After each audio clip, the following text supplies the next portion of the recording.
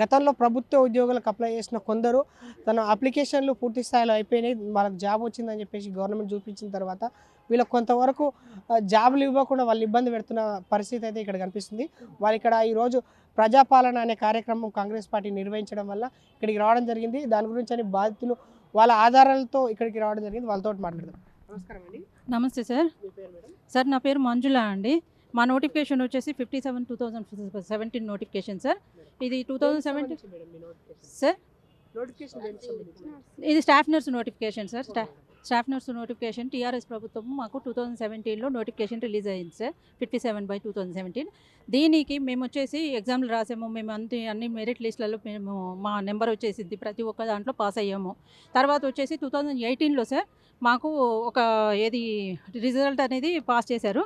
Result అయిపోయాక 2021లో మాకు 2400 మెంబర్స్ని 2418 మెంబర్స్కి ఆర్డర్ పాస్ చేశారు సార్. మావన్నీ కూడా వెరిఫికేషన్ దాకా కూడా యాక్చువల్గా బ్రేకప్లో చూపించడం వచ్చేసి 3311 వేకెన్సీస్ చూపించారు. అదే రిలీజ్ చేశారు. బ్రేకప్లో కూడా చూపించారు సార్. వెబ్సైట్లో ఇప్పటికీ ఉన్నది అది. అయితే అందులో వచ్చేసి 2418 మెంబర్స్కి మేము వెరిఫికేషన్ దాకా పోయాం సార్. వెబ్ ఆప్షన్స్ పెట్టుకోమన్నారు, వెబ్ ఆప్షన్స్ పెట్టుకున్నాము, వెరిఫికేషన్ కూడా కంప్లీట్ చేసుకున్నాము. అన్నిట్లలో మా నెంబర్ వచ్చింది. జస్ట్ ఆర్డర్ కాపీ ఇవ్వడానికి 2021లో ఏప్రిల్లో మాకు ఒక రిజల్ట్ పెట్టారు మిడ్నైట్లో. ఆ నోటిఫికేషన్ ఆ రిజల్ట్లో వచ్చేసి 893 మెంబర్స్ది మా నెంబర్స్ రాలేదు ఆర్డర్ కాపీకి. ఎందుకు రాలేదని చెప్పేసి మేము వెంటనే టీఎస్పీఎస్సీకి వెళ్ళాము. అరెస్టులు చేశారు మమ్మల్ని, తీసుకెళ్ళి గోషామాల్లో మమ్మల్ని పెట్టారు. ఆ తర్వాత ఇంకా ఎన్నో పోరాటాలు చేశాము. అన్ని పోరాటాలకు ఎవరు కూడా మాకు రెస్పాన్స్ ఏమొచ్చిందంటే బడ్జెట్ లేక మమ్మల్ని పక్కకు పెట్టామన్నారు. బడ్జెట్ ఆల్రెడీ రిక్రూట్మెంట్ అయిపోయి మొత్తం అందరినీ సెలెక్షన్ చేసినాక ఇప్పుడు బడ్జెట్ అంటే ఇబ్బంది అవుతుంది కదండి. మీరు ఇప్పుడు ఎంతో దీనికోసం మనం ఎఫర్ట్ పెట్టి చదువుకొని ఇదంతా చేసి ఈ ఏజ్లో కూడా గవర్నమెంట్ జాబ్ల కోసం వస్తే బాగుంటుందని చెప్పేసి ఆలోచించుకున్న వాళ్ళు ఈరోజు బడ్జెట్ లేదని మిమ్మల్ని నిరుద్యోగులుగానే ఇంకా వస్తే ప్రభుత్వం మారి పాలన మారి అన్నీ మారినాక ఇదేందండి?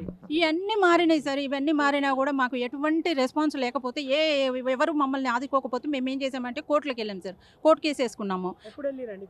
మేము 2021లో కోర్టు కేసులు వేసుకున్నాం సార్. 2021 నుండి కూడా మేము వెయిట్ చేసి కోర్టుకు నోటీసులు వచ్చేసి అదే రిజల్ట్ వచ్చేసి జడ్జిమెంట్ వచ్చేసి 2024లో ఆగస్టులో వచ్చింది సార్. మాకు ఆగస్టులో ఈ జడ్జిమెంట్ తర్వాత నెక్స్ట్ వెంటనే రిప్రజెంటేషన్స్ పట్టుకొని మేము క్యాండిడేట్స్ 893 మెంబర్స్ని మీరు ఎందుకు ఫిల్ చేయలేదు, వేకెన్సీస్ ఏం చేశారంటే అవన్నీ కూడా మేము టీఎస్పీఎస్సీ నుండి ఎటువంటి నోటిఫికేషన్ రిలీజ్ చేయలేదు సార్.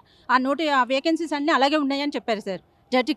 ప్రత్యక్షంగా జడ్జికి చెప్పాక మేమేం చేసామంటే రిప్రజెంటేషన్ ప్రిపేర్ చేసుకొని వెళ్ళి టీఎస్పీఎస్సీలో ఒకటి, డిఎంఈలో ఒకటి, ప్రజాదరణలో అదే ప్రజావాణిలో ఒక సెక్రటరేట్లో కన్సర్న్ డిపార్ట్మెంట్స్కి అన్నిటికీ పాస్ చేశాం సార్. కానీ అన్ని డిపార్ట్మెంట్లలో ఒక టీవీపీ నుండి మాత్రమే వేకెన్సీస్ ఇది పొజిషను మాకడ వేకెన్సీస్ ఇలా క్యారీ ఫార్వర్డ్ చేశామని చెప్పేసి ఒక ఆన్సర్ చేశారంట. బట్ డిఎంఈ నుండి వాళ్ళు ఎటువంటి ఆన్సర్ చేయట్లేరంట సార్. ఆ ఆన్సర్ చేయకపోగా మేమేంటంటే ఇప్పుడు ఎన్నిసార్లు తిరిగినా కూడా నిర్లక్ష్యంగా మాట్లాడడం జరుగుతుంది సార్ అక్కడికి వెళ్తే కూడా. అయితే మేమేం పాపం చేసాం సార్. ఇప్పుడు ఎంహెచ్ఎస్ఆర్బీ నోటిఫికేషను 2050 మెంబర్స్ది ఇప్పుడు నోటిఫికేషన్ రిలీజ్ చేశారు.